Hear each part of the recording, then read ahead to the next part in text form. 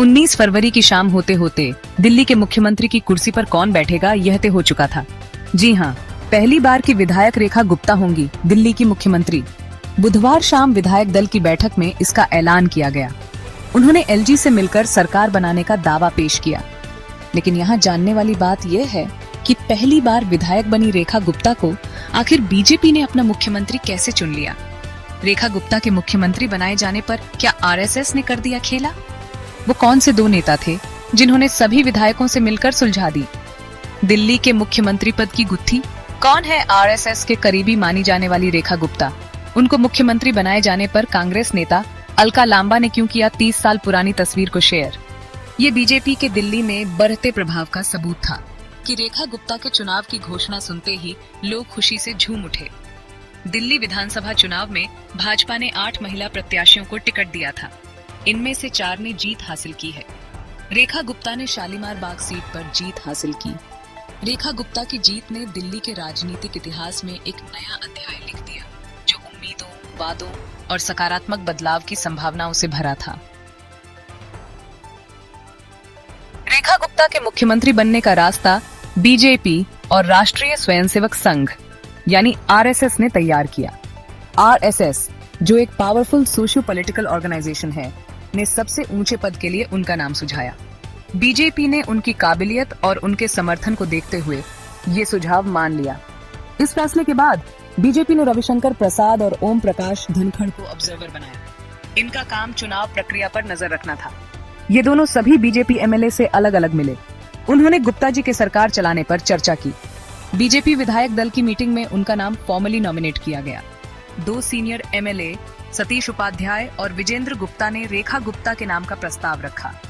सबने इस प्रस्ताव का समर्थन किया और वो पार्टी की तरफ से मुख्यमंत्री पद की उम्मीदवार बन गई। नॉमिनेशन के बाद रेखा गुप्ता बीजेपी के सीनियर लीडर्स के साथ उपराज्यपाल विनय कुमार सक्सेना से मिली।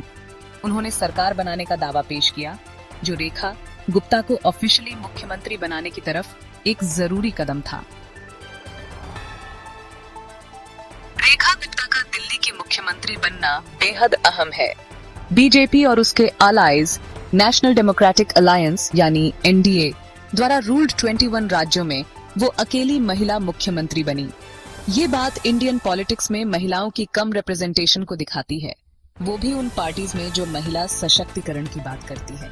रेखा गुप्ता की कामयाबी पूरे भारत की महिलाओं, खासकर पॉलिटिक्स में आने की इच्छा रखने वालों के लिए एक प्रेरणा है। ये राजनीति में जेंडर रोल्स की दीवारों को तोड़ती है। उनकी लीडरशिप आगे चलकर बीजेपी और दूसरी पार्टीज में ज्यादा महिलाओं को आगे ला सकती है। उनका सफर एक ज्यादा इंक्लूसिव और रिप्रेजेंटेटिव डेमोक्रेसी की उम्मीद जगाता है। उनकी सक्सेस स्टोरी नई जनरेशन की महिला लीडर्स को इंस्पायर कर सकती है। वे महिलाओं के सामने आने वाली चुनौतियों का सामना कर सकती हैं और एक बेहतर समाज बना सकती हैं। बीजेपी और एनडीए में अकेली महिला मुख्यमंत्री होने के नाते उनकी अचीवमेंट की इम्पोर्टेंस और भी अधिक हो जाती है। ये लीडरशिप पोजीशंस में महिलाओं को प्रमोट करने की जरूरत को दर्शाता है। जैसे ही रेखा गुप्ता के मुख्यमंत्री बनने की खबर फैली, देश भर के बड़े बड़े नेताओं की बधाइयां आने लगी। प्रधानमंत्री नरेंद्र मोदी ने रेखा गुप्ता को उनकी लगन और पब्लिक सर्विस के लिए शुभकामनाएं दी। मुख्यमंत्री अरविंद केजरीवाल ने राइवल पार्टी से होने के बावजूद रेखा गुप्ता को बधाई दी। उन्होंने कहा, दिल्ली की मुख्यमंत्री बनने पर रेखा गुप्ता जी को बहुत बहुत बधाई। मैं उम्मीद करता हूं कि दिल्ली की जनता को किए गए सारे वादे वे पूरे करेंगे। दिल्ली की जनता के विकास और भले के हर कार्य में हम उन्हें सहयोग करेंगे। कांग्रेस नेता राहुल गांधी ने भी सोशल मीडिया पर रेखा गुप्ता को बधाई दी। उन्होंने दिल्ली के लोगों की सेवा में एकता और सहयोग पर जोर दिया। दिल्ली की निवर्तमान मुख्यमंत्री आतिशी ने रेखा गुप्ता को मुख्यमंत्री चुने जाने पर बधाई दी है। उन्होंने कहा, मुझे उम्मीद है कि भाजपा दिल्ली वासियों से किए गए सभी वादे पूरा करेगी। बड़े नेताओं के सपोर्ट मैसेजेस रेखा गुप्ता के चुनाव की इम्पोर्टेंस और दिल्ली के लिए उम्मीद को दिखाते हैं।